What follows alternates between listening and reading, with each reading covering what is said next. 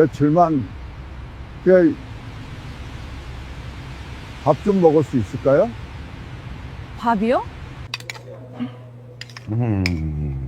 어떻게 된 거예요? 그래도 잘 살길 바랬는데. 사연 시작 전 구독과 좋아요 부탁드립니다. 어디서 듣고 계신지 댓글 남겨주시면 그곳으로 행운이 가득 깃들기를 바라겠습니다. 그 남자가 내 가게 셔터 앞에 서 있었습니다. 20년 동안 연락 한 번 없던 남자. 비가 추적추적 내리는 저녁. 저는 그날도 혼자였습니다. 문을 닫기 위해 셔터 손잡이를 잡으려는 순간 문 밖에 뭔가가 보였어요. 그림자였습니다. 처음엔 취객인 줄 알았죠. 그런데 고개를 드는 순간 저는 그만 손잡이를 놓고 말았어요. 20년 전에 이혼한 전 남편이 우두커니 서 있었으니까요. 한때 양복깃을 세우고 항상 반듯하게 빗어넘긴 머리에 걸음걸이도 당당했던 사람. 그런데 지금 제 앞에 서 있는 사람은 비에 흠뻑 젖은 낡은 점퍼 차림에 허리가 반쯤 꺾여 있었어요. 눈빛이 꺼져 있었습니다. 얼굴은 쭈글쭈글하고 거무튀튀했고 손등엔 굵은 핏줄이 도드라져 있었죠. 내가 아는 그 사람이 맞는지 한참을 들여다봤더라고요. 분명히 맞았습니다. 오만하던 눈매만큼은 세월이 지워내지 못했거든요. 저는 아무 말도 하지 못했어요. 셔터 손잡이를 다시 잡아야 하는데 발이 떨어지지 않더군요. 속으로는 내리라고 내려버리라고 되뇌는데 손이 움직이질 않았습니다. 이게 사람 사는 세상 맞나요? 20년 전 그 사람이 내 앞에 나타났는데 저는 왜 이러고 있는 건지 저도 모르겠더라고요. 빗소리만 달달달달 유리를 두드렸어요. 그 사람이 천천히 입을 열었습니다. 며칠만 밥 좀 먹을 수 있을까요? 밥이요. 이 사람 입에서 밥이라는 말이 나왔습니다. 저는 그 순간 손에 들고 있던 걸레를 내려다봤어요. 군데군데 김치물이 배어든 오래된 명걸레. 이걸 손에 쥔 채로 저는 10년 넘게 이 가게를 혼자 지켰거든요. 그 사람이 빚을 안고 사라진 뒤로 딱 이 걸레 하나 잡고 버텨온 세월이었는데, 그런데 지금 그 사람이 저한테 밥을 달라고 하고 있었어요. 참으려 해도 심장이 떨려오더군요. 가게 안으로 들어오라고 하지도 않았습니다. 그렇다고 꺼지라고도 못했어요. 그냥 그 자리에 서서 비에 젖은 그 사람 얼굴만 들여다봤더라고요. 뭔가 흘러내리고 있었습니다. 빗물인지 눈물인지 제 눈으로도 구분이 되지 않았어요. 바로 그 순간 오래된 기억들이 한꺼번에 밀려 들어오더군요. 저는 그때 결혼한 지 7년 만에 이혼을 했어요. 이혼이라는 말이 얼마나 무거운지는 겪어보지 않은 사람은 모릅니다. 서류 한 장으로 모든 게 정리되는 줄 알았는데 그게 아니더라고요. 그 사람이 남기고 간 건 서류 한 장이 아니었거든요. 빚이었어요. 2억이 넘는 보증 빚이었습니다. 처음엔 제가 서명했다는 걸 몰랐어요. 어느 날 갑자기 낯선 번호로 전화가 오더니 제 이름으로 된 채무가 있다는 말이 들려왔을 때 저는 그게 무슨 말인지 바로 이해하지 못했더라고요. 알고 보니 그 사람이 사업을 하면서 제 명의로 대출을 받은 거였어요. 제가 도장을 찍었다고 했는데 기억이 없었습니다. 서류를 가져오면서 뭔가에 서명하라고 했던 적이 있긴 했는데 그게 그런 서류였을 줄은 꿈에도 몰랐죠. 그 사람은 그 즈음부터 연락이 뜸해지더니 어느 날 아침 그냥 없어져 버렸어요. 가방 하나 들고 사라진 거였습니다. 식탁 위에 달랑 쪽지 하나 남겨두고요. 잠깐 다녀올게. 그게 마지막이었어요. 그 뒤로 독촉 전화는 하루에도 몇 번씩 왔습니다. 밥 먹다가도 오고 자다가도 왔어요. 수신 차단을 해봤지만 번호를 바꿔가며 계속 걸어왔죠. 어느 날은 대리인이라는 사람이 집 앞에 직접 찾아오기도 했더라고요. 그 사람이 문 앞에 서 있는 걸 문틈으로 보면서 저는 방 안에 숨어 숨을 참았습니다. 이웃들한테 무슨 소문이 날까봐, 아이한테 무슨 말이 들어갈까봐, 그 수치심이 얼마나 깊었는지 모르실 거예요. 저는 결국 있던 가구를 다 팔고 아이를 제 어머니한테 맡기고 닥치는 대로 일을 했어요. 낮에는 식당, 밤에는 편의점. 손이 텄고 무릎이 상했고 잠을 제대로 못 자서 눈이 늘 충혈돼 있었더라고요. 겨울엔 손등이 갈라져서 고춧가루 묻은 행주를 쥘 때마다 쓰라렸는데 그게 아프다는 생각보다 내가 살아있다는 생각이 들어서 이상하게 버틸 수 있었어요. 사람이 절박해지면 아픈 것도 사치가 되더라고요. 식당 일을 마치고 편의점으로 뛰어가는 그 골목길을 저는 지금도 기억해요. 가로등 불빛이 부서진 채로 깜빡이던 골목이었는데 거기를 혼자 걷다 보면 그렇게 서러울 수가 없었습니다. 울고 싶어도 울 수가 없었어요. 울면 힘이 빠지니까요. 그렇게 4년을 버텨서 겨우 빚을 다 갚았습니다. 그리고 그 돈으로 연 게 이 작은 국밥집이었어요. 테이블 4개짜리 작은 가게였습니다. 간판도 제가 직접 붙였고 청소도 혼자 했고 메뉴판도 직접 썼어요. 처음엔 하루에 손님이 2-3밖에 안 왔더라고요. 그래도 매일 새벽에 나와서 육수를 끓였습니다. 달그락달그락 솥 뚜껑을 열고 닫으며 이게 내 삶이구나 싶었어요. 뼈를 넣고 몇 시간이고 끓인 국물이 뽀얗게 우러날 때 그 냄새를 맡으면 이상하게 힘이 났더라고요. 아무도 없는 새벽 가게에서 김이 모락모락 오르는 솥 앞에 서 있으면 이걸 해내면 된다 싶었어요. 그 마음 하나로 10년을 버텨온 가게였습니다. 그런데 지금 그 가게 셔터 앞에 그 사람이 서 있었어요. 저는 천천히 문을 열었습니다. 들어오라는 말은 아니었어요. 그냥 그 빗속에 더 세워두고 싶지 않았던 거였는지도 모르죠. 그 사람이 터덜터덜 걸어 들어와서 가장 구석 자리에 앉았습니다. 아무 말도 없었어요. 젖은 점퍼에서 물이 뚝뚝 떨어졌고 운동화 밑창은 너덜너덜해져 있었죠. 저는 가스레인지 앞으로 갔어요. 불을 켰습니다. 국솥에 남은 육수가 있었고 밥도 조금 남아 있었거든요. 대화를 하고 싶은 게 아니었어요.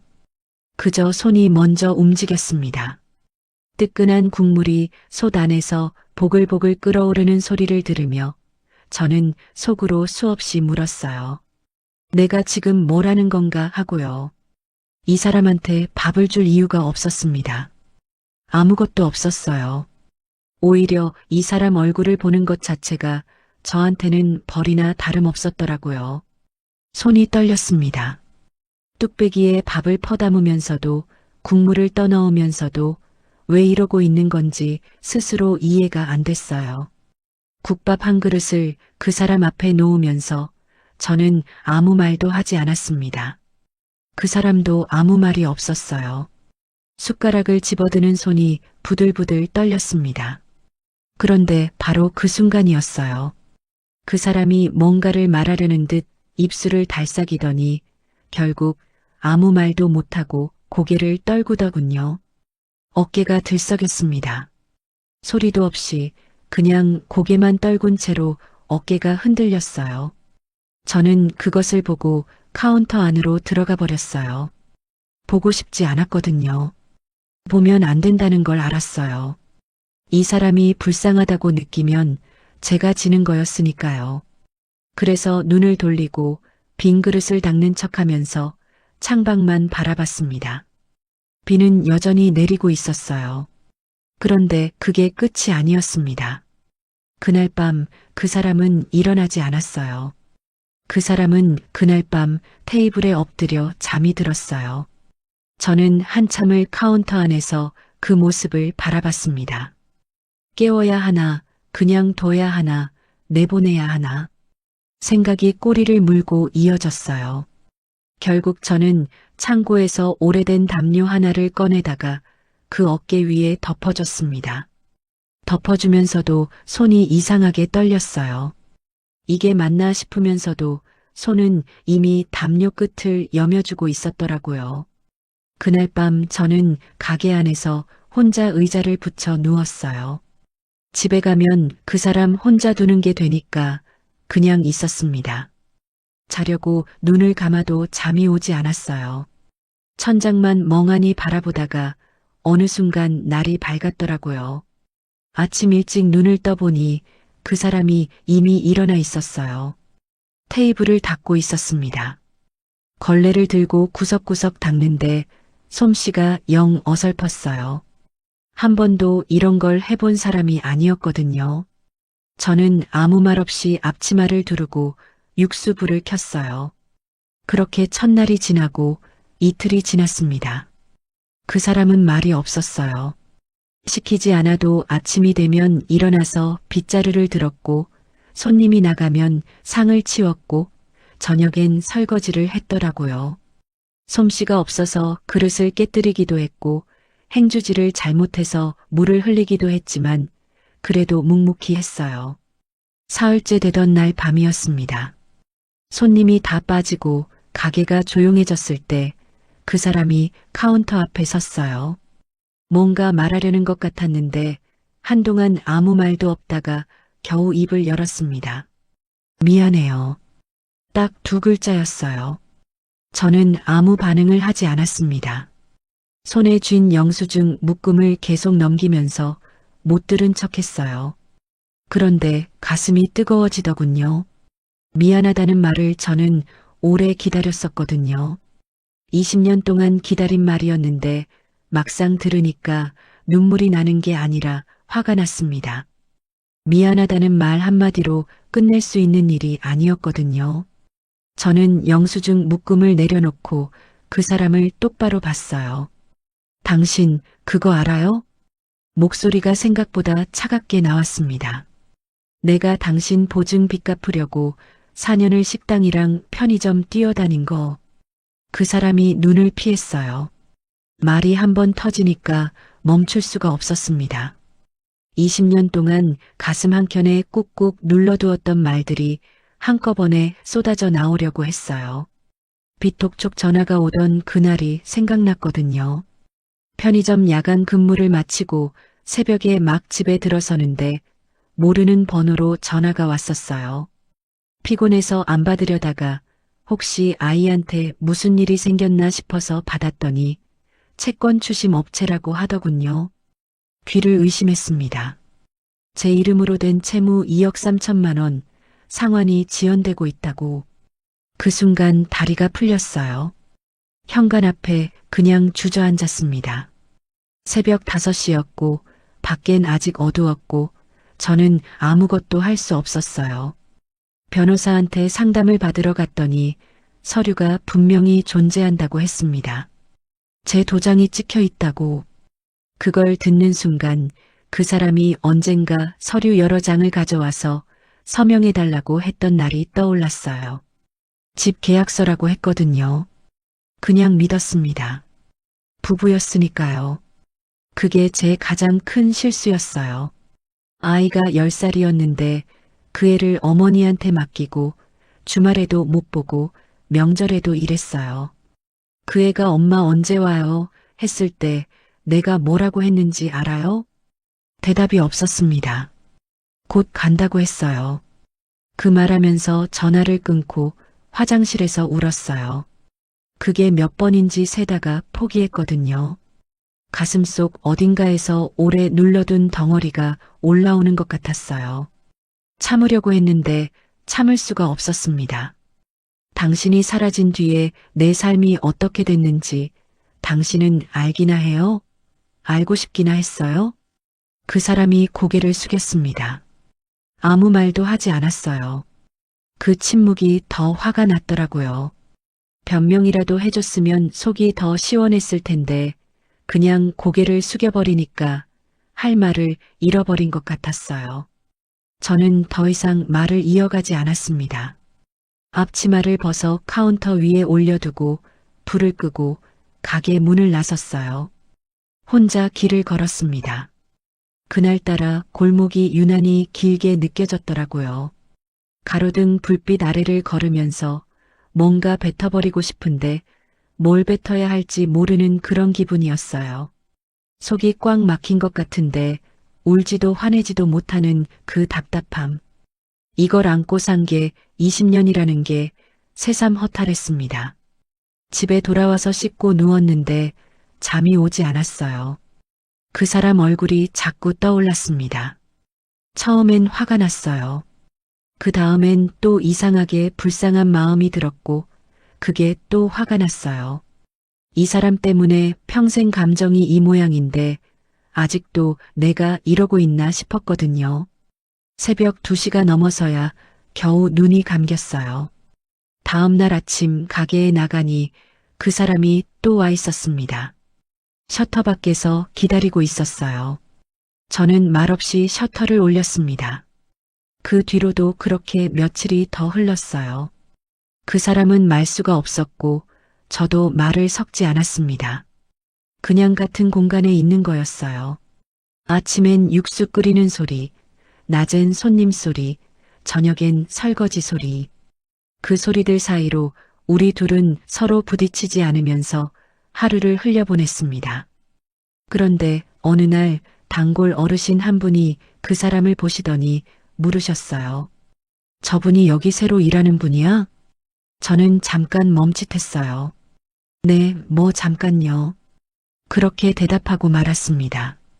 말하고 나서 제가 놀랐어요. 왜 그렇게 대답한 건지 저도 몰랐거든요. 그 사람 역시 그 말을 들었을 텐데 아무 표정 없이 테이블을 닫고 있었더라고요.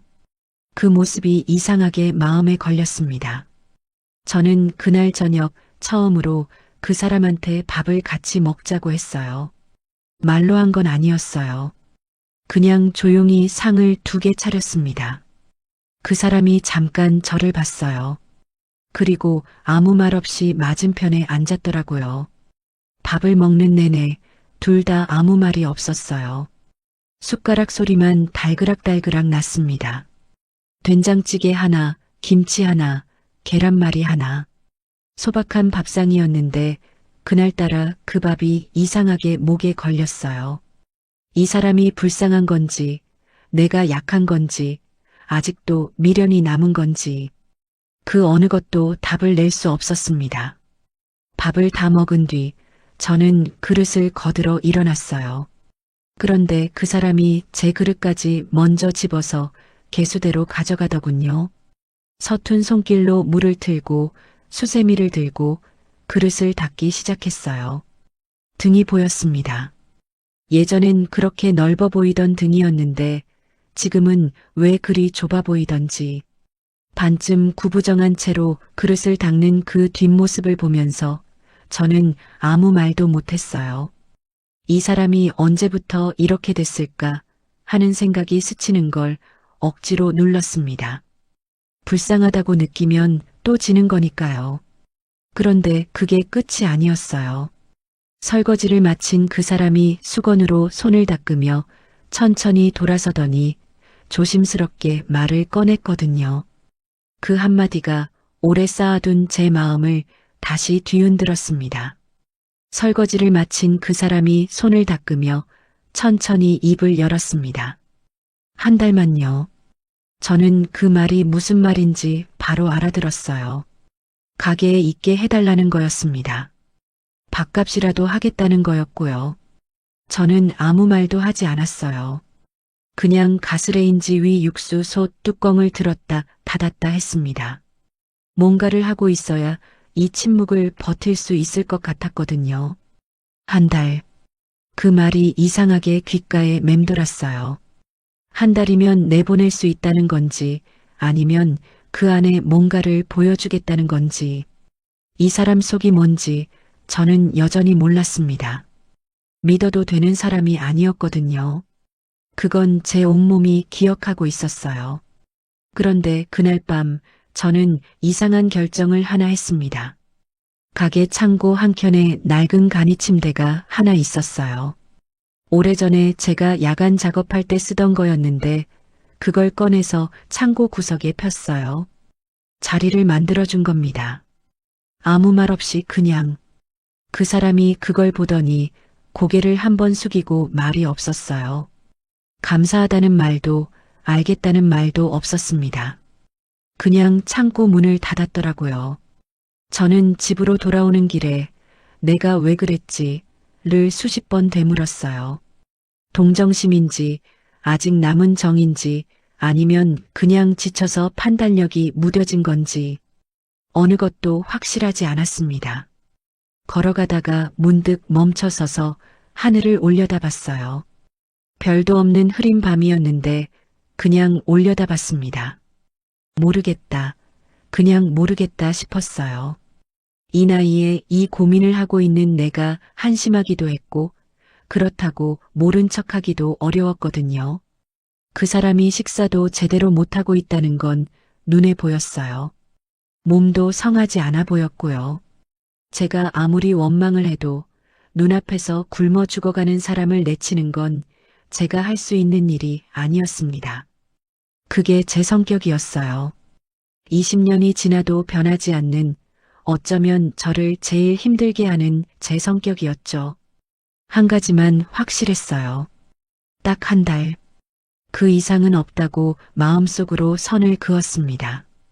그렇게 그 사람의 임시 거처가 생겼고 가게 일도 자연스럽게 이어졌어요. 아침이면 저보다 먼저 일어나서 가게 청소를 했고 재료 손질도 조금씩 배워갔습니다.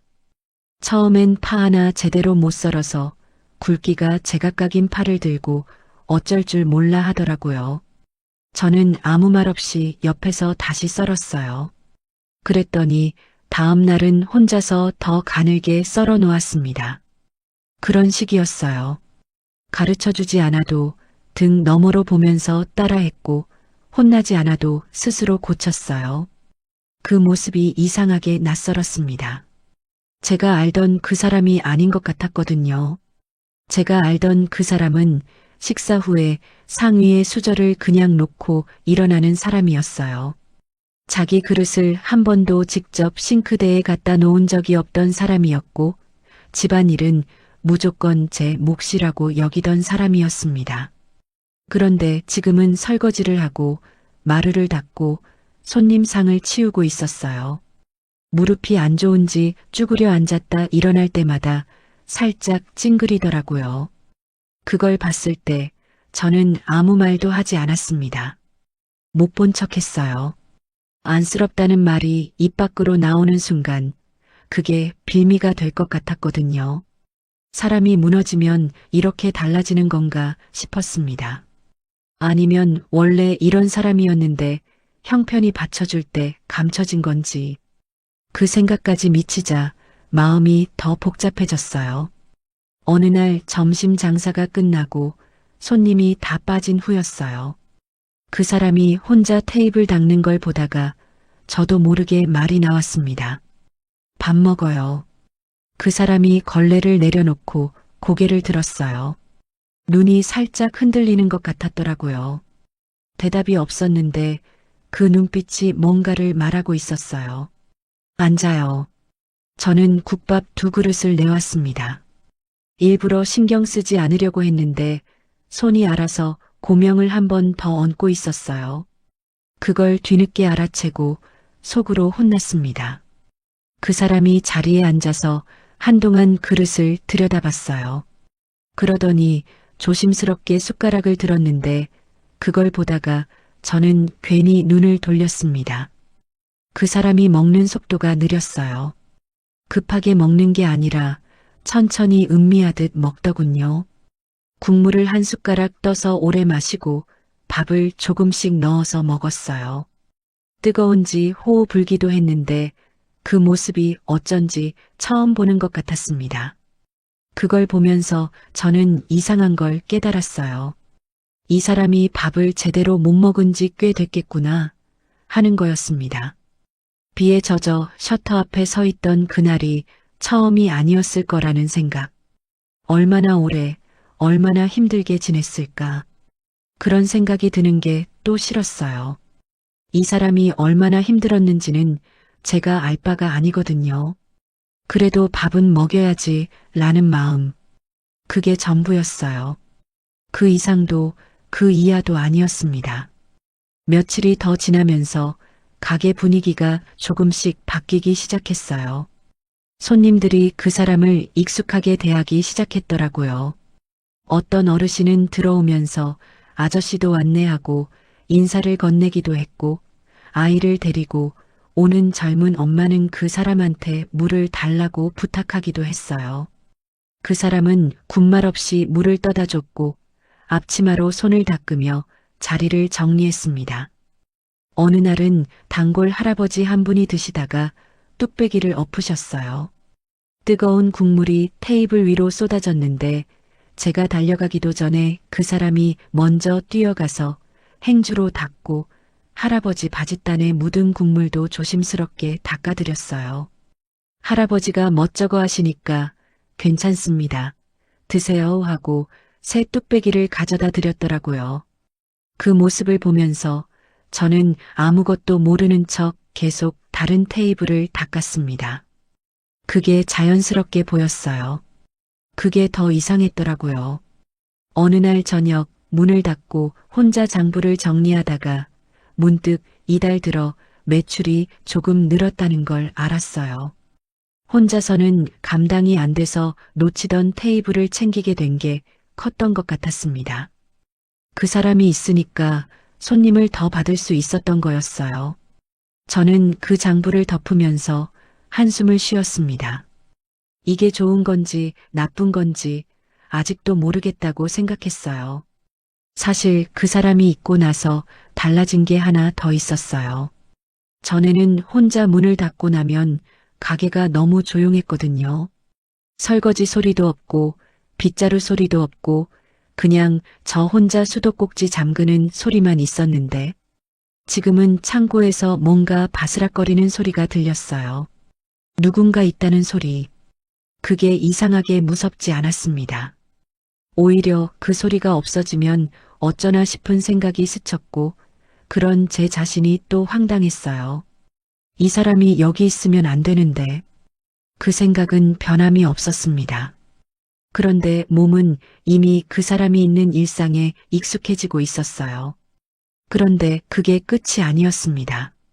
다음 날 아침 가게 문을 열자마자 그 사람이 이상한 행동을 하고 있었거든요. 가게 앞 도로를 천천히 걸으면서 땅을 유심히 내려다보고 있었어요. 처음엔 뭔가 떨어진 줄 알았는데 그게 아니었습니다. 그 사람이 가게 앞 도로를 걷고 있었어요. 셔터를 올리고 나오니까 골목 입구 쪽에서 천천히 걸어오고 있었습니다. 두 손을 뒤로 모은 채로 고개를 약간 숙이고 발밑을 유심히 보면서요. 처음엔 뭔가 잃어버린 줄 알았어요. 동전이라도 떨어뜨렸나 싶었거든요. 뭐 찾아요? 그 사람이 고개를 들더니 잠깐 멈칫했어요. 아니요, 그냥요. 그게 전부였습니다. 더 설명하지 않았어요. 저도 더 묻지 않았고요. 그냥 그런가 보다 하고 안으로 들어왔는데 그날 이후로 그게 한 번이 아니었어요. 이틀 뒤에도 비슷한 걸 봤습니다. 점심 장사가 끝나고 잠깐 쉬는 시간에 그 사람이 가게 밖에 나가 있길래 뭐 하나 봤더니 골목 끝에서 이쪽을 바라보고 있었어요. 팔짱을 낀 채로 가게 앞 도로에서 건너편 빈 공터까지 시선을 한번 쭉 훑더군요. 거리를 재는 것 같은 눈빛이었는데 저와 눈이 마주치자 바로 자연스럽게 고개를 돌렸습니다. 아무것도 아닌 척. 그 모습이 이상하게 마음에 남았어요.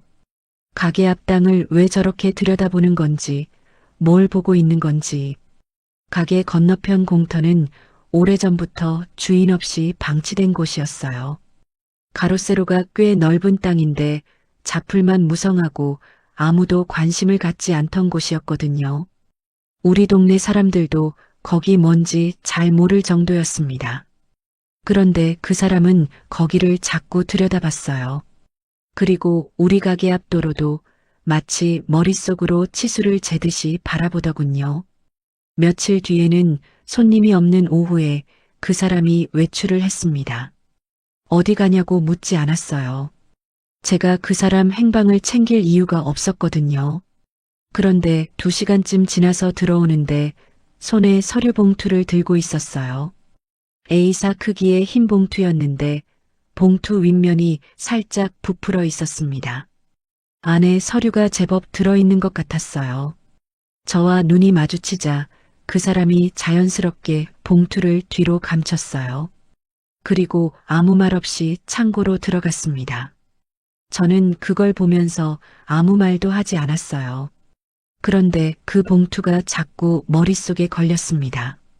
뭐가 들어있는 건지, 어디서 가져온 건지, 망한 사람치고는 뭔가 이상하게 침착하다는 생각이 들었어요.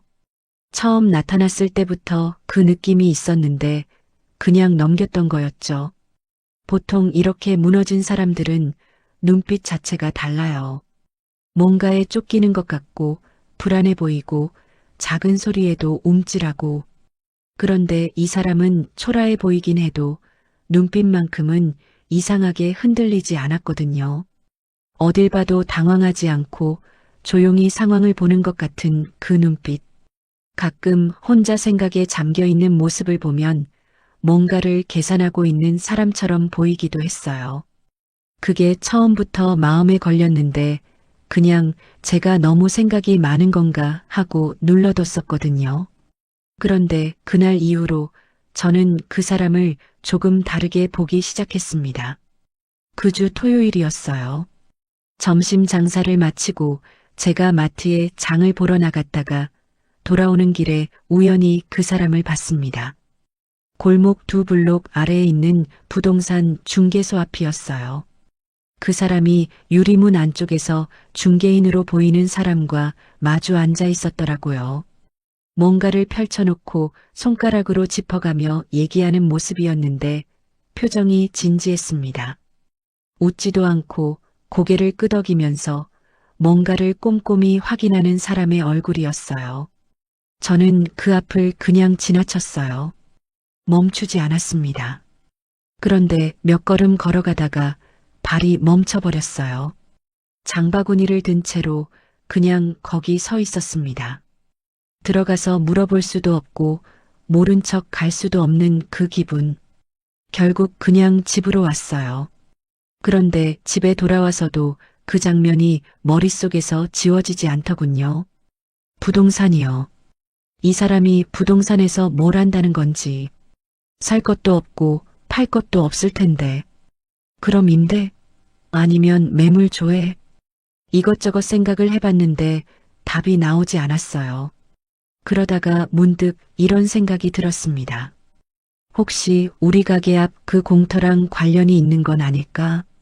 그 공터를 자꾸 들여다보고 부동산을 드나들고 서류 봉투를 들고 다니고 그 3가지가 머릿속에서 하나로 이어지는 것 같았어요. 그런데 그게 말이 되는 건지 안 되는 건지. 땅 한 평 없는 사람이 공터를 들여다본다고 뭐가 되는 건지. 저 스스로 생각이 너무 많은 건가 싶어서 억지로 눌러버렸습니다. 제가 모르는 무언가가 있다는 느낌. 그 느낌이 점점 선명해지는데 확인할 방법이 없었습니다. 며칠 뒤였어요. 그 사람이 또 외출을 했고 이번엔 더 오래 걸렸습니다. 4시간쯤 지나서 돌아왔는데 피곤해 보였어요. 어깨가 내려앉아 있었고 신발 밑창에 흙이 묻어 있었더라고요. 어딘가 먼 곳을 다녀온 것 같은 모습이었습니다. 어디 다녀왔는지 묻지 않았는데 그 사람이 먼저 말했어요. 잠깐 지인을 만났어요. 저는 고개만 끄덕였습니다. 더 물어볼 생각이 없었어요. 그런데 그 사람이 덧붙였어요. 곧 정리될 것 같아요. 곧 정리된다. 그 말이 뭔 뜻인지 저는 바로 알 수 없었습니다. 자기 일이 정리된다는 건지, 여기서 나가게 된다는 건지, 아니면 다른 무언가를 말하는 건지. 그 사람은 더 설명하지 않았어요. 창고로 들어가면서 그냥 문을 닫았습니다. 저는 한동안 그 닫힌 문을 바라봤어요. 곧 정리된다. 그 말이 계속 귓가를 맴돌았더라고요. 단순하게 들으면 그냥 하는 말인데 뭔가 다른 뜻이 담겨 있는 것 같기도 하고 지나치게 생각하는 건지 아니면 진짜 뭔가가 있는 건지 판단이 서지 않았습니다. 그날 밤 집에 누워서도 잠이 잘 오지 않았어요. 이런저런 생각이 꼬리를 물고 이어졌습니다. 이 사람이 정말 빈털터리가 맞나? 맞다면 부동산에서 뭘 하는 건가? 서류 봉투 안에 들어있는 게 뭔가? 가게 앞 땅을 왜 자꾸 들여다보는 건가? 곧 정리된다는 건 어떤 의미인가? 생각들이 제멋대로 연결되기 시작했는데 연결이 되면 될수록 이상한 그림이 그려지더군요. 그런데 그게 말이 되는 건지 안 되는 건지도 몰랐어요. 제가 뭔가를 너무 의심하는 건지도 몰랐고요. 새벽에 한번 잠이 깼어요. 창밖에 빗소리가 들렸는데 그 사람이 창고에서 자고 있을 거라는 생각이 들었습니다. 그 낡은 간이 침대에서 빗소리 들으며 그 생각이 또 이상하게 마음에 걸렸어요. 그냥 자는 사람 걱정이 왜 되는 건지 그냥 다시 눈을 감았습니다. 모르는 게 편할 것 같다고 생각했어요. 그런데 그게 끝이 아니었습니다. 다음 주 월요일 아침 그 사람은 아무런 예고도 없이 사라졌거든요. 그날 밤이었어요. 문을 닫고 나서 창고에 뭔가 두고 온 게 생각났어요. 행주를 삶아두려고 꺼내뒀던 냄비가 아직 안에 있었거든요. 창고 문 앞에 서려는데 안에서 소리가 들렸어요. 그 사람 목소리였습니다. 전화를 하고 있었어요. 저도 모르게 발이 멈췄어요. 소리가 낮았어요. 일부러 낮추는 것 같은 목소리였습니다. 벽을 사이에 두고 있어서 내용은 들리지 않았어요. 그냥 낮게 웅얼거리는 소리만 들렸는데 중간에 단어 하나가 또렷하게 들렸습니다. 협약. 그 단어만 들렸어요. 저는 그 자리에 서서 그 단어를 머릿속에서 굴렸습니다. 협약이요. 망한 사람이 누구와 협약을 한다는 건지, 협약이라는 단어가 어울리는 상황이 어디 있는 건지, 통화가 끝난 것 같았어요. 창고 안이 조용해졌습니다. 저는 냄비 가져오는 걸 포기하고 그냥 가게 문을 잠갔어요. 집으로 걸어오면서 그 단어가 머릿속에서 떠나지 않았습니다. 협약. 뭔가와 묶여 있다는 거잖아요. 아직 뭔가가 있다는 거잖아요. 그냥 망한 사람이 아니었던 거잖아요. 월요일 아침이었어요. 평소보다 조금 일찍 가게에 나왔는데 셔터를 올리고 창고 문을 두드렸습니다. 대답이 없었어요. 다시 두드렸는데 여전히 조용했어요. 문을 열었더니 간이 침대가 비어 있었습니다. 이불이 반듯하게 개져 있었고 쓰던 칫솔이랑 치약도 없었어요.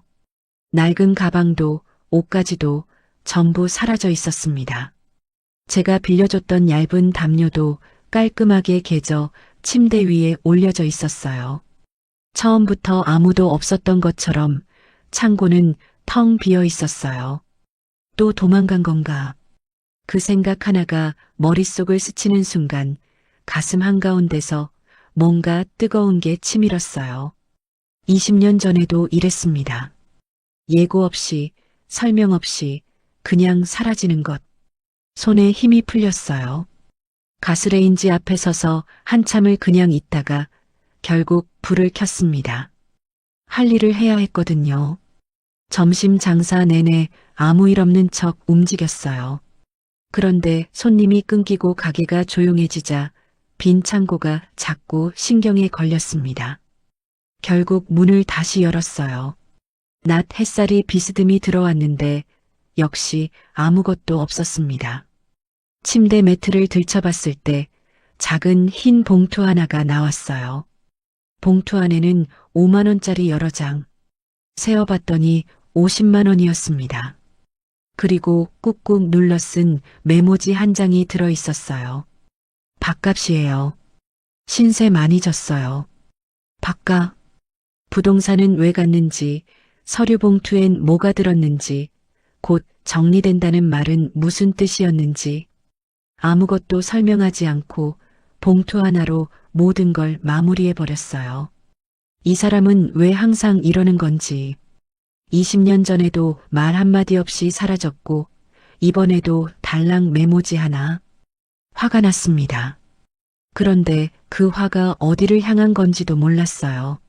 메모지를 접어서 돈이랑 같이 서랍에 넣었어요. 버릴 수가 없었습니다. 왜인지는 저도 모르겠더라고요. 창고 문을 닫고 나와서 다시 가스레인지 앞에 섰어요. 뽀얀 국물이 조용히 끓고 있었는데 그냥 한참을 들여다봤습니다. 그러다 다시 일을 시작했어요. 그날 저녁 혼자 문을 닫고 앉아 있는데 가게가 이상하게 넓어 보였어요. 그 사람이 앉던 끝자리 의자가 살짝 빠져 있었는데 밀어 넣으려다가 그냥 뒀습니다. 왜 그랬는지는 저도 몰라요. 그냥 그 자리가 그 사람 자리 같았거든요. 그 주 수요일이었어요. 점심 장사 막바지에 낯선 손님 2명이 들어왔어요. 작업복을 입고 있었는데 건너편 공사 현장 인부들인 것 같았습니다. 국밥 2그릇을 시키더니 서로 말을 나눴어요. 저는 주방에서 국물을 뜨면서 자연스럽게 듣게 됐습니다. 저 공터 주인이 좀 특이한 분이라더라. 한 명이 말했어요. 왜요? 땅을 팔지도 않고 개발 참여 조건으로만 넘겼다잖아. 분양 수익 지분받는 조건으로. 돈이 없어서 그런 거 아닌가요? 그러기엔 조건이 너무 세더라고. 시행사에서 처음엔 안 된다고 했다가 결국 들어줬다잖아.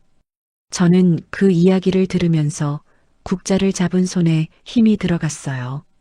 땅을 팔지 않고 조건을 세게 걸고 시행사가 결국 받아들였다는 것.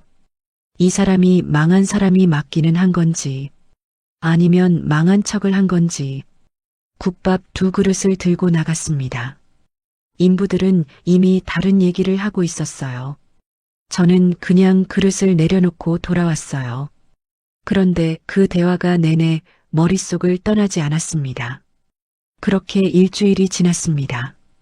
그 사람 소식은 없었어요. 2주가 지나고 3주가 됐어요. 연락처도 없었고 어디 사는지도 몰랐습니다. 찾을 방법이 없었어요. 그냥 없는 사람이 된 거였습니다. 장사는 계속됐어요. 혼자 육수를 끓이고 혼자 상을 차리고 혼자 문을 닫았어요. 원래 하던 대로였는데 이상하게 손이 더 많이 가는 것 같았습니다. 그 사람이 있을 때 챙기던 테이블들을 이제 다시 혼자 챙겨야 했거든요. 점심 피크 시간엔 손이 모자랐어요. 예전엔 제가 주방에서 국물을 뜨는 동안 그 사람이 홀을 챙겼는데 지금은 주방이랑 홀을 혼자 오가야 했거든요. 그러다 보니 손님 응대가 느려졌고 어떤 날은 주문을 놓치기도 했습니다. 그게 불편하다는 게 또 은근히 짜증스러웠어요. 몇 주 있었던 사람 덕분에 편해진 몸이 되어버린 게 어느 날 저녁엔 파김치를 담그다가 손에 고춧가루가 잔뜩 묻었는데 씻지도 않고 한참을 그냥 서 있었어요. 이 사람 지금 어디서 뭘 먹고 있나 하는 생각이 스쳤거든요.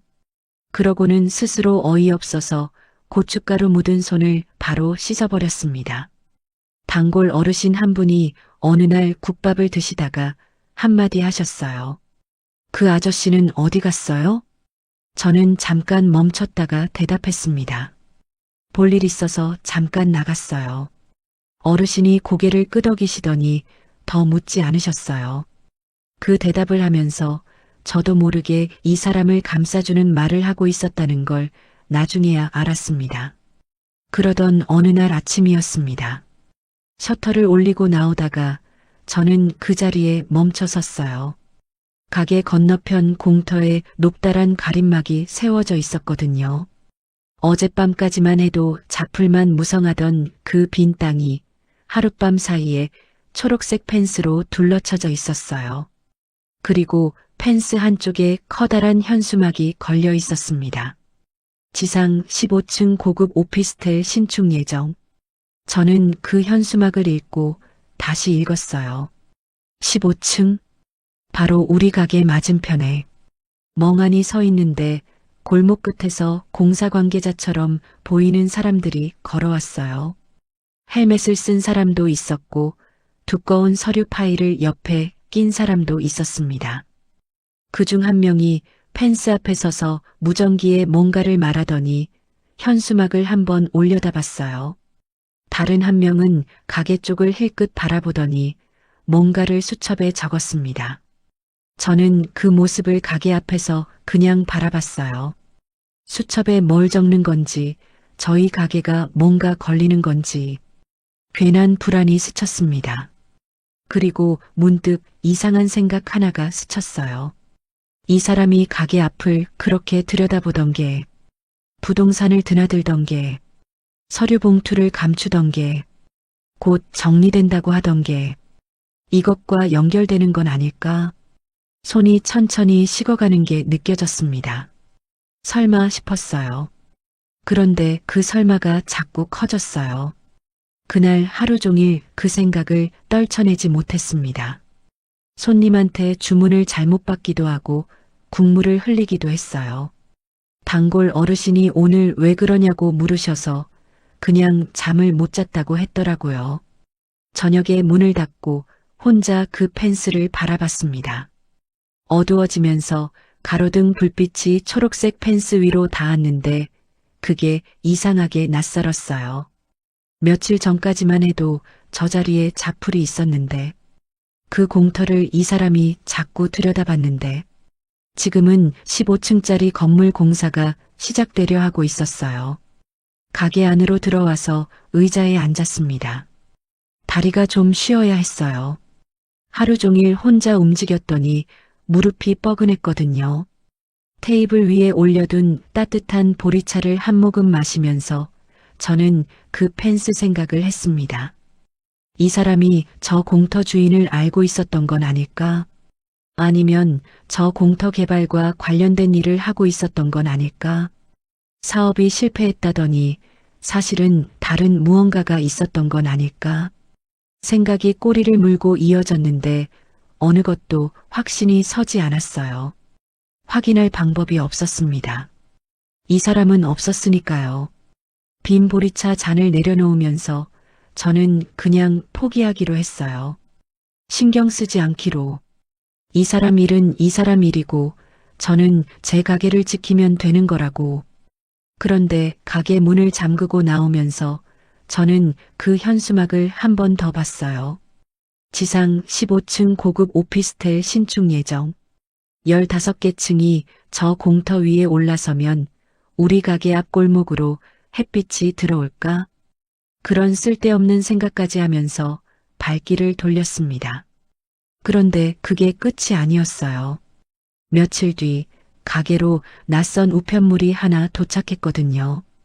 법원에서 온 등기 봉투였습니다. 그게 시작은 어느 날 새벽이었어요. 가게 문을 열러 나왔는데 골목 안이 이상하게 밝았습니다. 공터 쪽에서 환한 빛이 새어나오고 있었어요. 공사 조명이었습니다. 밤새 작업을 한 건지 공터 안에는 이미 측량 말뚝이 박혀 있었고 한쪽에는 콘크리트 믹서 차가 대기하고 있었어요. 어젯밤까지만 해도 그냥 자풀이 우거진 땅이었는데 저는 한참을 그 자리에 서서 바라봤습니다. 숨을 한번 크게 들이쉬었는데 흙냄새가 났어요. 이미 땅을 파기 시작한 거였습니다.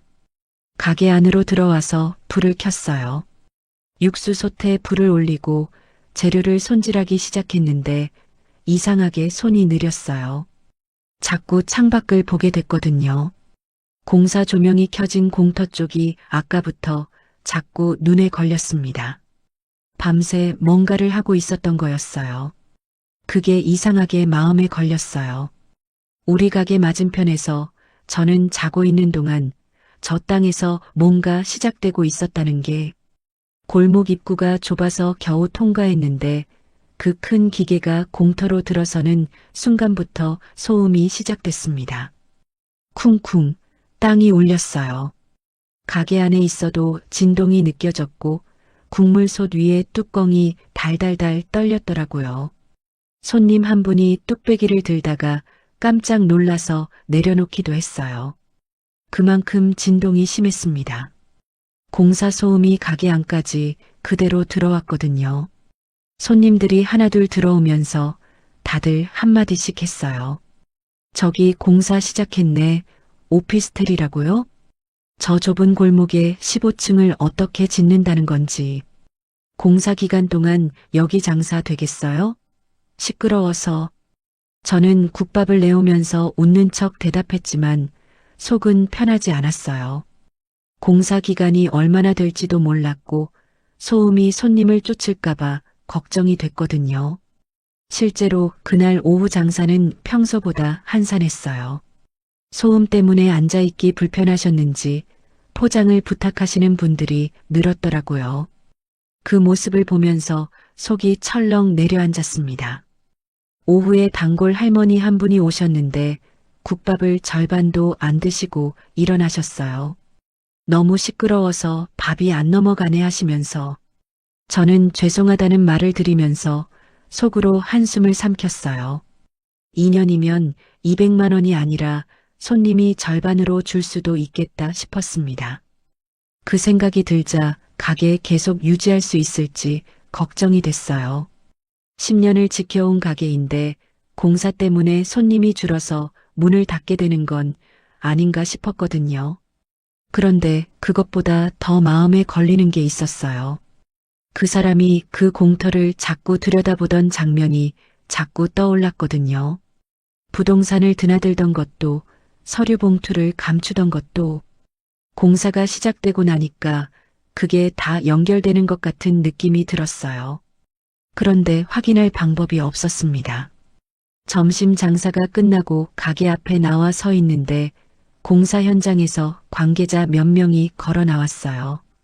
안전모를 쓴 사람들이었는데 그 중에 양복 차림의 남자가 한 명 있었습니다. 현장 소장은 아닌 것 같았어요. 서류 파일을 들고 공터 주변을 한 바퀴 천천히 돌더라고요. 뭔가를 재는 것 같기도 하고 확인하는 것 같기도 했어요. 그러다 그 남자가 우리 가게 쪽으로 걸어왔습니다. 안녕하세요. 저 시행사 쪽에서 나왔는데요. 저는 앞치마를 손으로 잡으며 대답했어요. 네. 주변 상가분들께 공사 기간 안내드리러 왔어요. 착공은 이번 주부터고요. 완공까지 대략 2년 정도 예상합니다. 2년이요. 저는 그 말을 듣고 잠깐 멈췄습니다. 2년이면 긴 공사였어요. 2년 동안 이 소음을, 이 먼지를 안고 장사를 해야 한다는 거였거든요. 아침부터 저녁까지 매일. 혹시 영업피해 보상 같은 건 없어요? 제가 물었습니다. 남자가 잠깐 표정을 바꿨어요. 저는 현장 안내 담당이라 그 부분은 제가 말씀드리기 어렵고요. 본사로 문의하시면 될 것 같습니다. 그러면서 명함을 내밀었어요. 받아서 봤더니 시행사 이름이 적혀 있었습니다. 저는 무심코 그 이름을 읽다가 손가락이 멈췄어요. 시행사 이름 안에 낯익은 글자 하나가 있었거든요.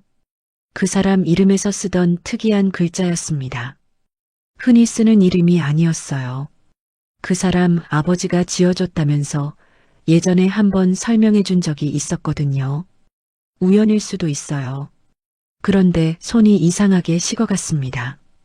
혹시 이 시행사 대표가 누구예요? 남자가 잠깐 저를 봤어요. 저도 세부적인 건 잘 모르고요. 궁금하신 게 있으시면 본사로 연락해 보시면 될 것 같습니다. 그 남자는 다른 가게 쪽으로 걸어갔어요. 저는 명함을 손에 쥔 채로 그 자리에 서 있었습니다. 공사 소음이 다시 골목을 채웠어요. 쿵쿵, 달달달, 포클레인이 쉬지 않고 땅을 팠습니다. 흙먼지가 바람에 날려서 가게 앞까지 들어왔어요. 손으로 입을 막으면서도 그 명함에서 눈을 떼지 못했습니다. 이 글자가 우연이길 바랐어요. 그냥 비슷한 글자가 들어간 시행사 이름이길 바랐어요. 그런데 그럴수록 머릿속에서 그 사람 모습이 자꾸 떠올랐어요.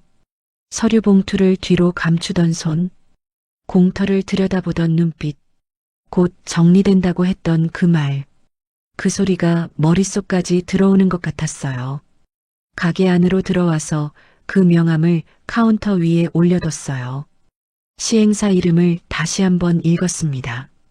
그 글자가 계속 눈에 걸렸어요. 저는 잠깐 망설이다가 스마트폰을 들었어요. 명함에 적힌 번호를 눌렀습니다. 신호가 갔어요. 3번쯤 울리다가 연결됐습니다. 네, 디벨롭먼트입니다. 여자 목소리였어요. 저 가게 맞은편 골목 상가인데요. 공사 관련해서 여쭤볼 게 있어서요. 네, 말씀하세요. 혹시 이 시행사 대표님이 누구신지 여쭤봐도 될까요? 잠깐 침묵이 있었어요. 대표님은 직접 연락 받지 않으시고요. 담당 매니저를 연결해 드릴까요? 아니요, 그냥 성함만요. 죄송하지만 대외적으로 공개하는 정보가 아니라서요. 저는 한 번 더 물었습니다. 혹시 이름이 혹자 들어가는 분 아닌가요? 이번엔 침묵이 조금 더 길었어요. 고객님, 그런 건 저희가 확인해 드리기가 어렵습니다. 전화가 끊겼습니다. 저는 명함을 카운터 위에 다시 내려놓았어요. 확인도 부정도 하지 않았어요. 그런데 그 침묵이 대답이었습니다. 시행사 이름을 다시 한번 읽었습니다. 그 글자가 계속 눈에 걸렸어요. 저는 스마트폰을 꺼내서 그 시행사 이름을 검색해 봤어요. 회사 정보가 간단히 나왔습니다. 설립일, 대표자, 주소. 대표자 이름을 봤는데 처음 보는 이름이었어요. 그 사람 이름이 아니었습니다. 그런데 이상하게 안심이 되지 않았어요. 대표자가 다른 이름이라도 실제 오너가 따로 있을 수 있는 거니까요. 그 사람이 뒤에서 연관된 건지 아닌지 이름 하나로 알 수 있는 게 아니었습니다. 저녁 장사가 끝나고 혼자 문을 닫았어요. 공사 현장은 저녁이 돼도 멈추지 않았습니다. 가게 문을 잠그고 나오는데 공터 쪽에서 다시 조명이 환하게 켜졌어요. 야간 작업을 계속하는 거였어요. 골목을 걸어 나오면서 그 빛을 등 뒤로 느꼈습니다. 집에 돌아와서 씻고 나서 식탁에 앉아서 그 명함을 꺼내봤어요. 낮에 봤던 그 글자가 또 눈에 들어왔습니다. 스마트폰으로 시행사 이름을 다시 한번 검색해 봤는데 대표자 이름은 역시 처음 보는 이름이었어요. 그런데 설립일이 이상했어요. 그 사람이 처음 저한테 나타났던 해보다 훨씬 오래된 회사였거든요. 오래된 회사가 이 골목 공터 땅을 지금 개발한다는 게 그게 묘하게 걸렸습니다. 집에 누웠는데 잠이 오지 않았어요. 천장을 바라보면서 이런저런 생각이 이어졌습니다. 그런데 그게 끝이 아니었어요. 다음 날 아침 가게 앞으로 배달 온 우편물 안에 법원 등기 봉투 하나가 섞여 있었거든요. 제 이름으로 온 봉투였습니다. 봉투를 바로 열지 못했어요. 카운터 위에 올려두고 장갑을 벗고 앞치마를 풀고 손을 씻었습니다. 그러고 나서도 한참을 그냥 바라봤어요. 법원이라는 글자가 박힌 그 봉투가 이상하게 무겁게 느껴졌거든요. 공터에서 굴착기 소리가 쿵쿵 들려오고 있었는데 그 소리가 배경처럼 깔렸어요. 이상하게 그 소리가 더 크게 느껴지는 것 같았습니다. 아침 장사 준비를 다 마치고 첫 손님이 오기 전 잠깐 시간이 났어요. 그때 봉투를 집어들었습니다. 주방 칼로 윗면을 조심스럽게 잘랐어요. 서류가 3장 들어 있었습니다. 첫 장을 꺼내서 읽기 시작했는데 첫 줄에서 멈췄어요. 수중인. 제 이름이 적혀 있었습니다. 그 아래로 부동산 소재지가 나왔어요. 주소를 읽었는데 아는 주소였어요. 우리 가게 건너편 공터 주소였습니다. 손이 떨렸어요. 다음 줄을 읽었습니다. 증여자. 그 사람 이름이 적혀 있었어요. 저는 그 이름을 보는 순간 서류를 내려놓았습니다. 아니, 정확히는 손에서 미끄러졌어요. 서류가 카운터 위로 펼쳐지면서 바닥에 한 장이 떨어졌는데 그걸 줍지 못했어요. 그냥 거기 서 있었습니다. 머릿속이 하얘졌어요. 그 공터가 이 사람 것이었어요. 그 잡풀 무성하던 땅. 동네 사람들도 누구 땅인지 몰랐던 그 공터. 이 사람이 오래전부터 갖고 있던 땅이었던 거였습니다. 가게에 와서 매일 들여다보던 그 공터가 이 사람 손바닥 안에 있던 땅이었던 거예요. 그리고 그걸 지금 저한테 준다는 거였어요. 제 이름으로 이전하겠다는 거였습니다. 바닥에 떨어진 서류를 주었어요. 세 번째 장을 펼쳤더니 증여 계약서였습니다. 서명란에 그 사람 도장이 찍혀 있었어요. 날짜를 봤더니 이 사람이 가게에 와 있던 기간이었습니다. 즉, 이 사람이 저와 같은 가게에서 밥을 먹고 걸레를 들고 설거지를 하면서 그 뒤로는 이 서류를 준비하고 있었다는 거였어요. 파 하나도 제대로 못 썰던 그 손으로 그릇을 깨뜨리면서도 묵묵히 닦던 그 사람이 그러면서 이걸 하고 있었던 거였습니다. 다리에 힘이 풀렸어요. 카운터 앞 의자에 주저앉았습니다. 밖에서는 계속 쿵쿵 소리가 들렸어요. 포클레인이 쉬지 않고 저 땅을 파고 있었습니다. 저 땅이 지금 제 이름으로 이전된다는 게, 저 공사가 사실은 저와 연결된 거라는 게 아무것도 실감이 나지 않았어요. 이게 무슨 상황인지 한동안 정리가 안 됐어요. 그 땅이 그 사람 것이라는 게, 그 사람이 망한 척하고 온 게 아니라 저 땅을 오래전부터 갖고 있었다는 게, 그리고 그걸 저한테 넘긴다는 게, 왜요? 20년 전에 빚을 지고 사라진 사람이 왜 지금 와서 땅을 주는 건지, 미안하다는 말 한마디로 끝낼 수 없으니까 그런 건지, 밥값 50만 원으로는 안 되니까 그런 건지, 아니면 처음부터 계획이 있었던 건지, 저한테 온 것도, 저 가게 옆 창고에서 지낸 것도, 부동산을 드나든 것도, 그 생각까지 미치자 가슴이 이상하게 서늘해졌어요. 이 사람을 믿어도 되는 건지 아니면 또 속은 건지 판단이 서지 않았습니다. 가슴이 복잡하게 조여왔습니다. 근처 법무사 사무실로 갔어요. 사무실 문을 열었더니 선생님이 다른 손님 서류를 보고 계셨어요. 잠깐 기다리다가 제 차례가 됐을 때 서류를 내밀었습니다. 선생님이 서류를 한 장씩 넘기시면서 꼼꼼하게 보셨어요. 중간에 한번 멈추셨다가 다시 읽으시더라고요. 그러고 나서 저를 보셨습니다. 혹시 이 증여자분이랑 어떤 관계예요? 저는 뭐라고 대답해야 할지 몰랐어요. 전 남편이에요. 선생님이 잠깐 눈빛을 바꾸셨는데 더 묻지는 않으셨어요. 다시 서류를 들여다보시면서 말씀하셨습니다. 증여계약은 이미 완료된 상태예요. 등기 이전 절차만 밟으시면 그 땅이 선생님 것이 됩니다. 저는 물었어요. 이 땅 위에 지금 공사가 시작됐는데요. 선생님이 잠깐 생각하시더니 말씀하셨어요. 그러면 시행사와 별도 계약이 있었거나 증여 전에 이미 시행 협약이 체결됐을 거예요. 토지 소유자가 시행사에 땅을 제공하고 완공 후 일정 지분을 받는 방식일 가능성이 높습니다. 지분이요. 저는 그 말을 듣는 순간 아까 봤던 시행사 이름이 떠올랐어요. 그 안에 있던 낯익은 글자. 이 사람과 시행사는 따로가 아니었던 건지, 그 시행사 대표가 혹시 이 증여자와 같은 사람일 수 있어요? 선생님이 고개를 갸우뚱하셨어요. 법적으로는 별개의 인물일 수 있어요. 자세한 건 직접 시행사나 법무법인에 확인하셔야 할 것 같아요. 저는 사무실을 나오면서 멍했습니다. 알면 알수록 모르는 게 더 많아지는 것 같았어요. 그 사람이 진짜로 무너진 사람인지 아니면 무너진 척한 사람인지 이제는 그 질문 자체가 더 무거워졌어요. 가게로 돌아오면서 내내 생각을 했어요. 이 사람이 사업을 완전히 망한 게 아니었을 수도 있겠다는 것.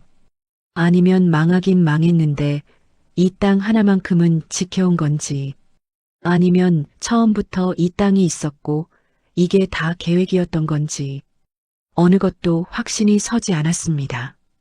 가게에 와서 서류를 다시 꺼냈어요. 증여 계약서에 찍힌 도장을 한참 들여다봤습니다.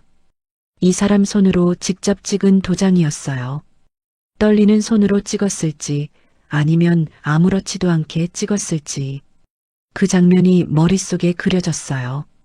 밖에서 공사 소음이 계속 들렸습니다. 굴착기가 저 땅을 파는 소리, 저 땅 위에 15층 건물이 올라선다는 소리, 그게 다 이 서류 한 장에서 시작된 거였어요. 저는 서류를 접어서 카운터 서랍에 넣었습니다. 아직 뭘 어떻게 해야 하는지 모르겠다는 생각이었어요. 저녁 장사를 마치고 문을 닫았어요. 혼자 의자에 앉아서 공터 쪽 소음이 잦아드는 소리를 들었습니다. 야간 작업이 멈춘 건지 오늘은 일찍 조용해졌어요. 창밖 공터 쪽을 바라봤습니다. 어두워서 잘 보이지 않았는데 가림막 위로 조명 하나가 희미하게 켜져 있었어요. 저 땅 위에 15층 건물이 올라선다는 게, 그게 제 이름으로 된 땅이라는 게, 그리고 완공 후에는 지분이 제 것이 된다는 게 실감이 나지 않았습니다. 서랍에서 서류를 다시 꺼냈어요. 증여 계약서에 찍힌 도장을 한참 들여다봤습니다. 이 사람 손으로 직접 찍은 도장이었어요. 20년 전 이 사람이 사라지던 날 아침도 이런 고요함이었어요. 아무 예고도 없이 그냥 없어졌던 것처럼 이번에도 아무 설명 없이 그냥 이걸 두고 사라진 거였습니다. 이게 사람 사는 세상 맞나요? 20년 전에는 빚을 두고 사라지더니 20년이 지나서는 땅을 두고 사라졌어요. 어느 쪽이 더 감당하기 어려운 건지 저는 아직도 몰랐습니다. 그런데 그게 끝이 아니었습니다. 며칠 뒤 모르는 번호로 전화가 걸려왔거든요. 모르는 번호였어요. 받을까 말까 잠깐 망설였습니다. 요즘 모르는 번호는 안 받는 게 습관이 됐거든요. 그런데 왠지 이번엔 받아야 할 것 같았어요. 그 사람과 연관된 번호일 것 같은 느낌이 들었습니다. 설명할 수 없는 그 느낌. 네. 목소리가 낮고 차분한 남자였습니다. 저 법무법인 담당 변호사인데요. 증여권으로 연락드렸습니다. 직접 뵙고 말씀드릴 내용이 있어요. 저는 잠깐 멈췄어요. 무슨 내용인데요? 전화로 말씀드리기가 어렵습니다. 직접 오시면 의뢰인분이 남기신 내용을 전달해 드릴 수 있어요. 의뢰인. 그 사람이 변호사를 통해 뭔가를 남겨뒀다는 거였어요. 전화를 끊고 나서 한동안 그냥 카운터 앞에 서 있었어요. 의뢰인이 남긴 내용이라는 게 뭔지, 좋은 말일지 나쁜 말일지, 또 무슨 놀라운 게 나올지 마음이 이상하게 요동쳤습니다. 다음 날 법무법인을 찾아갔습니다. 낡은 건물 5층이었는데 엘리베이터가 느렸어요. 그 안에 서서 올라가면서 손을 꽉 쥐었습니다. 거울에 비친 제 얼굴을 봤는데 창백해 보였어요. 뭘 듣게 될지 모르겠는데 듣고 싶은 마음과 듣기 싫은 마음이 동시에 있었거든요. 변호사는 나이가 좀 있으신 분이었어요. 안경을 쓰고 서류 파일을 앞에 놓고 앉아 계셨습니다. 저를 보시더니 자리를 권하셨어요. 사무실이 조용했어요. 밖에서 차 소리가 희미하게 들렸는데 그것조차 멀게 느껴졌습니다. 파일을 열면서 말씀하셨습니다. 의뢰인분이 몇 가지 내용을 저한테 남겨두셨어요. 직접 전달해달라고 하셨고요. 저는 고개를 끄덕였어요. 먼저 그 공터 땅 이야기부터 드릴게요. 변호사 선생님이 서류 한 장을 꺼내셨어요. 그 땅은 의뢰인분이 이혼 전에 매입하신 겁니다. 이혼 당시에는 외부에 알리지 않으셨고요. 저는 그 말을 듣는 순간 숨이 멎는 것 같았어요. 이혼 전에 산 땅이요. 이혼을 하면서 그 땅은 숨겼다는 거였어요. 저는 재산 분할을 요구하지 않았어요. 빚만 정리하면 된다고 생각했거든요. 그 사람이 어차피 아무것도 없다고 했고 저도 더 이상 따질 힘이 없었습니다. 그런데 그 당시에 이미 이 땅이 있었다는 거였어요. 왜요? 제 목소리가 이상하게 나왔어요. 화가 났는데 화인지 슬픔인지 구분이 안 됐습니다. 변호사 선생님이 잠깐 저를 보셨어요. 의뢰인분이 직접 남기신 말씀이 있습니다. 읽어드려도 될까요? 저는 고개를 끄덕였습니다. 선생님이 다른 서류 한 장을 꺼내셨어요. 손으로 쓴 글씨였습니다. 그 사람 글씨였어요. 꾹꾹 눌렀었는데 중간에 힘이 흔들린 것처럼 글씨가 살짝 기울어진 곳도 있었어요. 선생님이 천천히 읽으셨습니다. 사업이 기울기 시작했을 때 저는 당신 명의를 지켜야 했습니다. 제 이름으로 된 건 다 가져가도 좋았어요. 하지만 당신 명의에 얽히면 안 됐거든요. 그래서 그 땅만큼은 숨겼습니다. 당신한테 돌려주려고 오래 갖고 있었어요. 방법을 몰랐을 뿐이에요. 저는 그 말을 들으면서 눈을 감았습니다. 사업이 기울 때 그 사람이 제 명의를 지키려고 했다는 게 그래서 도장 사기도 아니었고 고의로 빚을 지운 것도 아니었다는 건지 아직 확신이 서지 않았어요. 그 말이 진심인지 변명인지 20년을 원망하며 살았는데 이 한 문장으로 그게 달라질 수 있는 건지 선생님이 계속 읽으셨어요. 보증 서명권은 제가 잘못한 겁니다. 그건 변명이 없어요. 당신 도장을 임의로 쓴 건 맞고 당신한테 먼저 설명했어야 했는데 하지 못했어요. 겁이 났거든요. 사업이 잘못되고 있다는 걸 당신한테 말할 수가 없었습니다. 겁이 났다는 말에서 저는 손이 떨렸어요. 이 사람이 겁을 냈다는 게 무너지면서 말 한마디 못하고 사라진 게 그게 비겁해서가 아니라 겁이 나서였다는 게 그게 변명이 되는 건지 아닌지 저는 판단이 서지 않았어요. 선생님이 마지막 문장을 읽으셨어요. 당신이 그날 밥을 줬을 때 저는 결심을 했어요. 이제라도 돌려드려야겠다고. 늦었지만 이게 제가 할 수 있는 전부입니다. 사무실 안이 조용해졌어요. 저는 한동안 아무 말도 하지 못했습니다. 창밖으로 빛이 들어오고 있었는데 그냥 그 빛만 바라봤어요. 변호사 선생님이 조심스럽게 말씀하셨어요. 추가로 남기신 내용이 있습니다. 시행사와의 협약 조건인데요. 토지 증여 이후 지분 배당 계약이 연결돼 있어서 건물 완공 후 수익 지분 일부가 선생님께 귀속되는 구조입니다. 저는 그 말이 잘 들어오지 않았어요. 지분이니 배당이니 그런 말보다 밥을 줬을 때 결심을 했다는 그 한 줄이 자꾸 머릿속에서 맴돌았거든요. 그날 비 오는 날 국밥 한 그릇. 그게 이 모든 것의 시작이었던 거였어요. 법무법인을 나오면서 발걸음이 무거웠습니다. 화가 나야 하는 건지 고마워야 하는 건지 어느 쪽도 확실하지 않았어요. 계단을 내려오면서 손잡이를 잡았는데 손이 차가웠어요. 언제부터 손이 이렇게 차가워졌는지 몰랐습니다. 밖으로 나오니 바람이 불었어요. 골목 어귀에 서서 한참 그냥 있었습니다. 지나가던 사람들이 옆을 스쳐 지나갔어요. 저는 그 자리에서 움직이지 못하다가 결국 걷기 시작했습니다. 가게로 갈까, 집으로 갈까 잠깐 생각했어요. 발은 집 쪽으로 향했습니다. 걸어가면서 그 사람 글씨가 자꾸 떠올랐어요. 손으로 꾹꾹 눌러 쓴 글씨.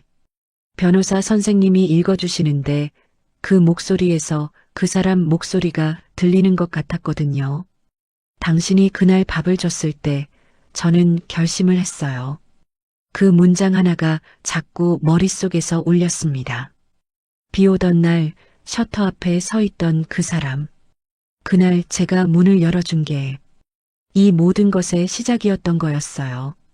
그러면 제가 문을 열지 않았다면 어땠을까?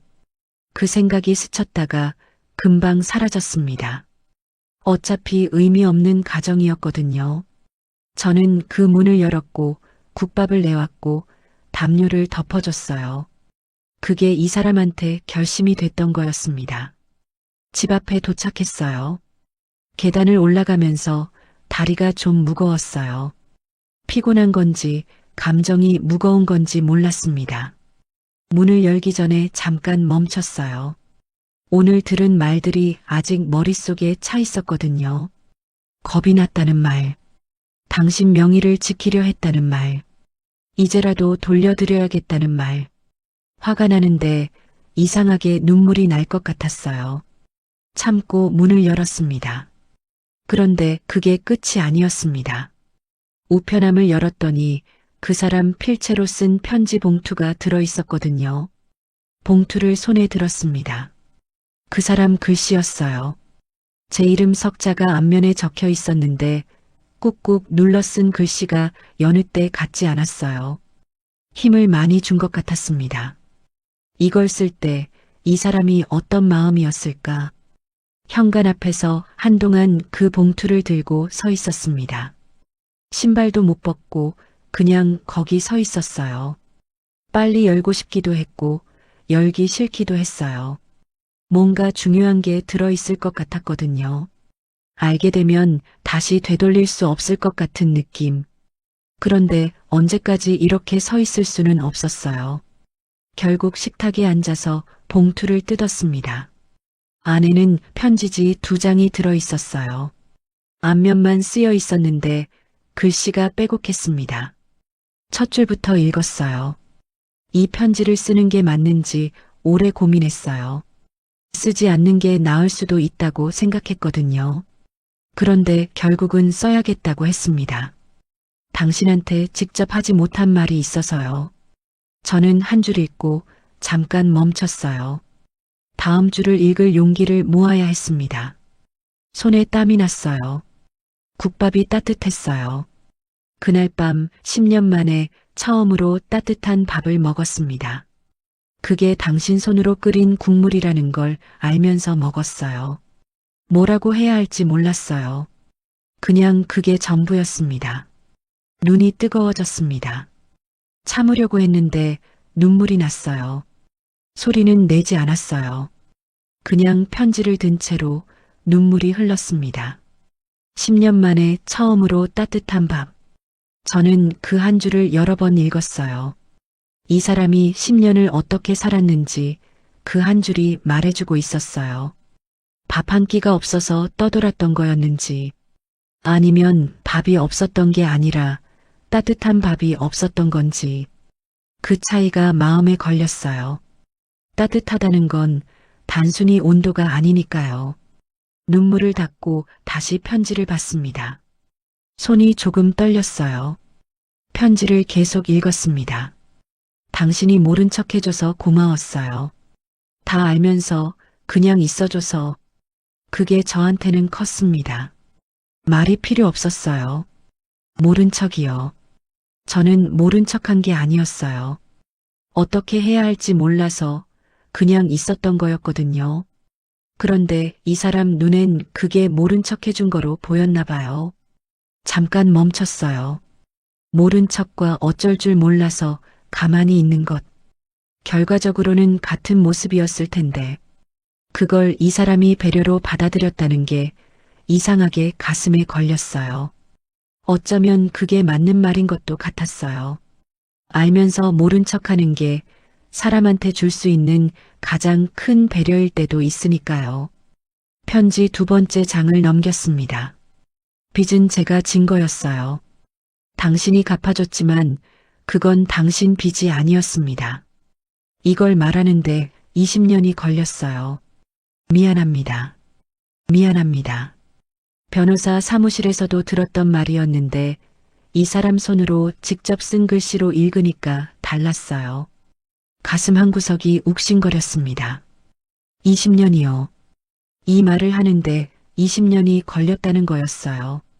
그동안 저는 혼자 갚았고, 혼자 버텼고, 혼자 일어섰어요. 그 시간이 이 두 글자 안에 다 들어가 있었습니다. 미안하다는 말 하나에 20년이 담겨 있는 게 억울한 건지, 다행인 건지, 그것도 잘 모르겠었어요. 땅은 오래전에 당신 것으로 생각하고 있었어요. 제 이름으로 갖고 있었을 뿐이에요. 이제야 돌려드리게 됐습니다. 건물이 완공되면 거기서 나오는 수익 일부가 당신한테 가도록 해뒀어요. 당신이 20년 동안 그 가게를 지켜준 거에 비하면 턱없이 부족하겠지만 저는 그 줄을 읽으면서 창밖을 봤어요.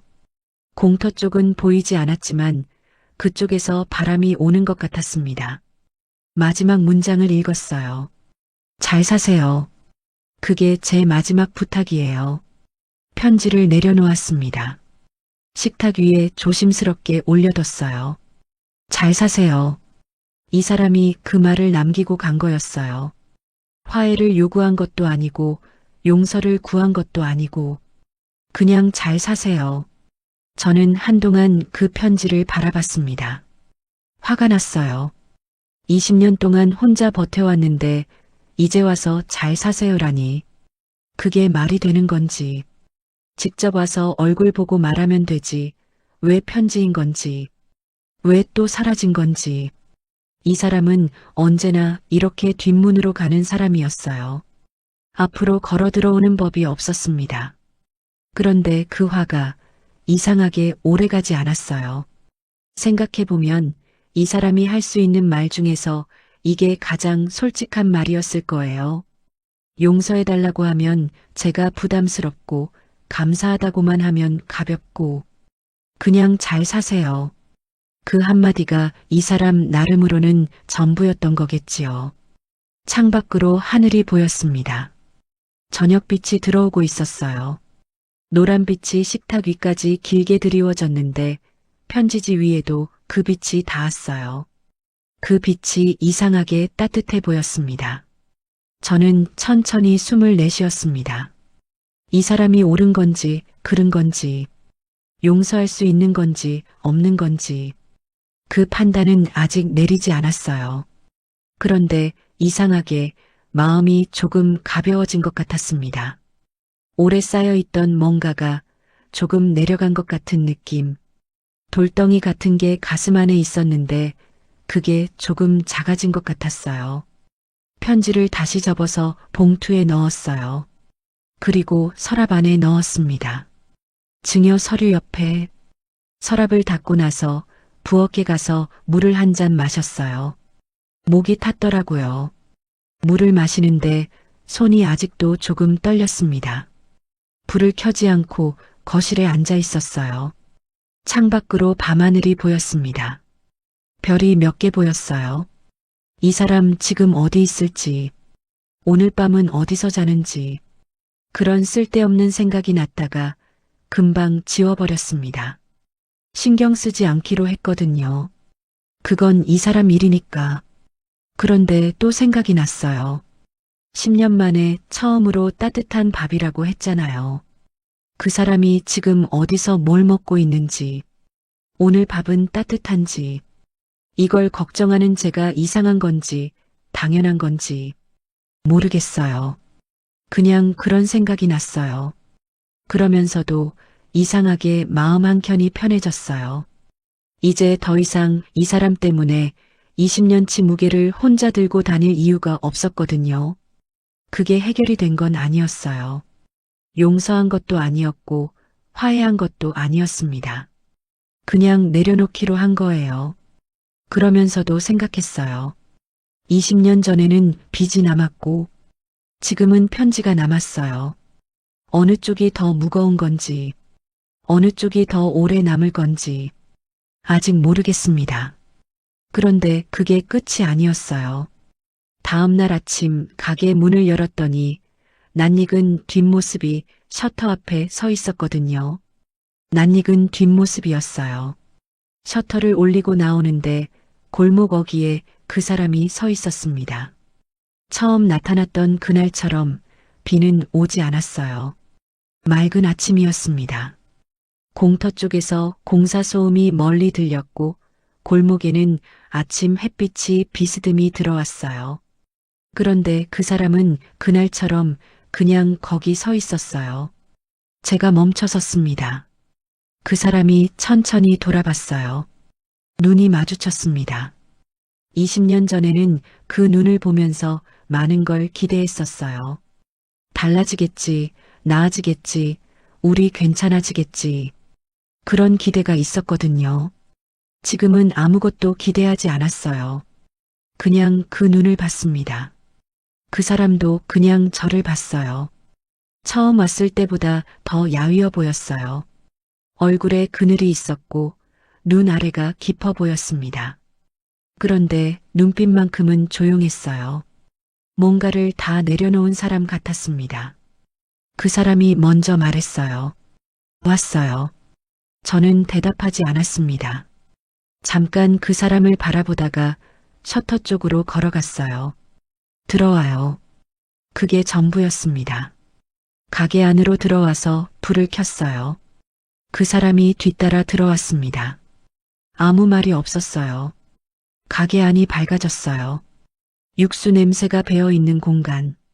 어제도 그제도 10년 동안 매일 이 냄새가 여기 있었습니다. 그 사람이 천천히 주위를 둘러봤어요. 아주 잠깐이었지만 그 눈빛에 뭔가가 스쳤습니다. 낯설지 않다는 눈빛이었어요. 저는 앞치마를 두르고 가스불을 켰습니다. 육수 솥에서 뽀얀 국물이 올라오기 시작했어요. 그 사람은 예전에 앉던 끝자리에 조용히 앉았어요.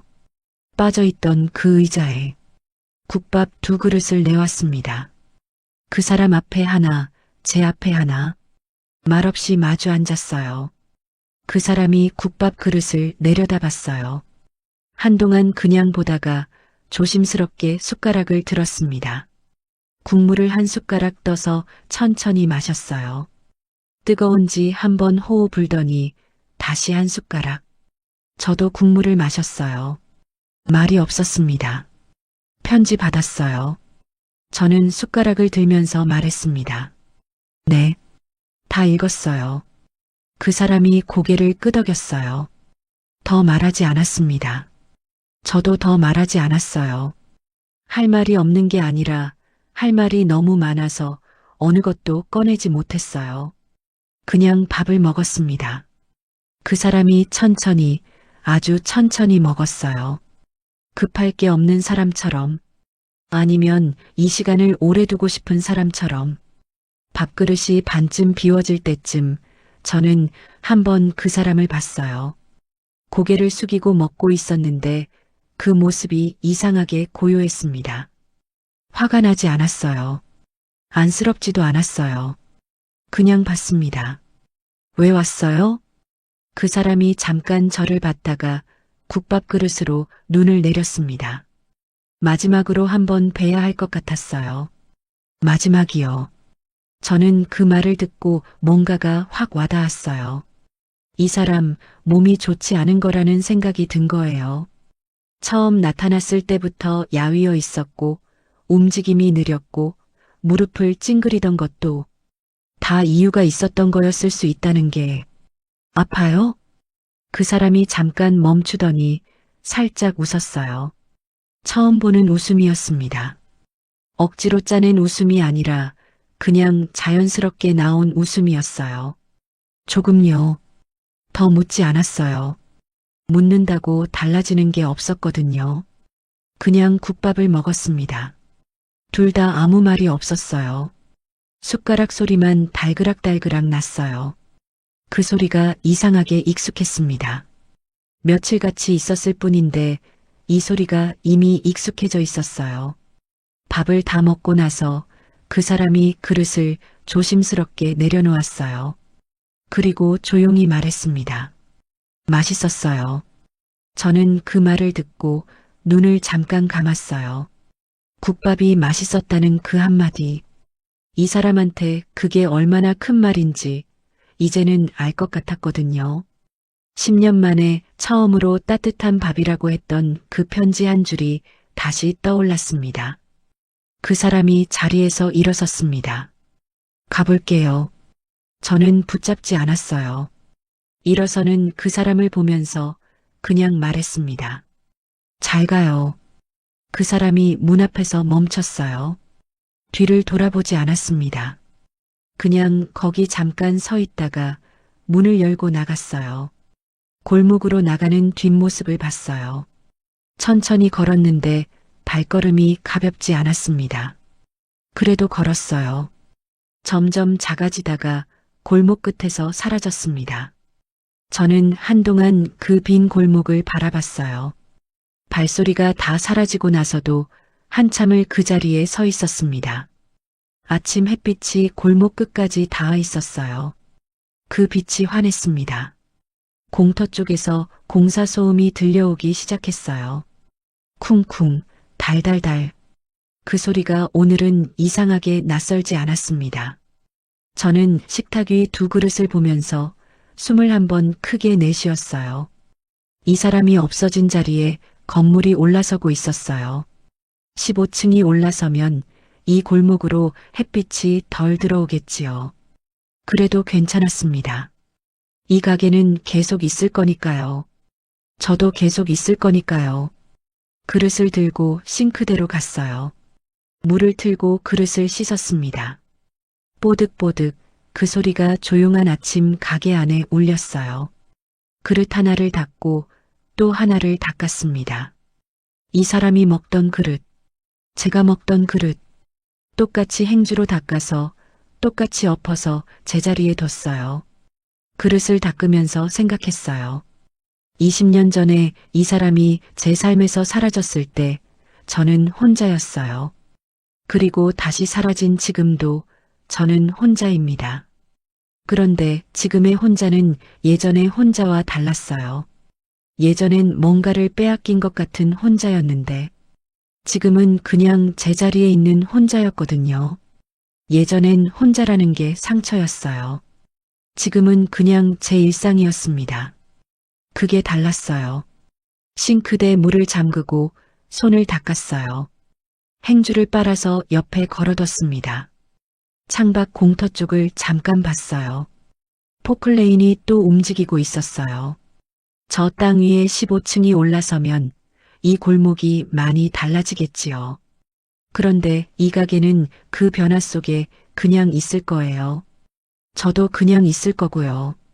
육수솥에 불을 다시 켰습니다. 보글보글 국물이 끓기 시작했어요. 뽀얀 김이 올라왔습니다. 그 냄새가 이상하게 좋았어요. 오늘 아침엔 단골 어르신이 일찍 오실 것 같았어요. 파 손질을 미리 해둬야 했습니다. 칼을 들고 도마 앞에 섰어요. 서걱서걱 파 써는 소리가 가게 안에 울렸어요. 앞치마를 단정히 여미고 가게 불을 환하게 켰습니다.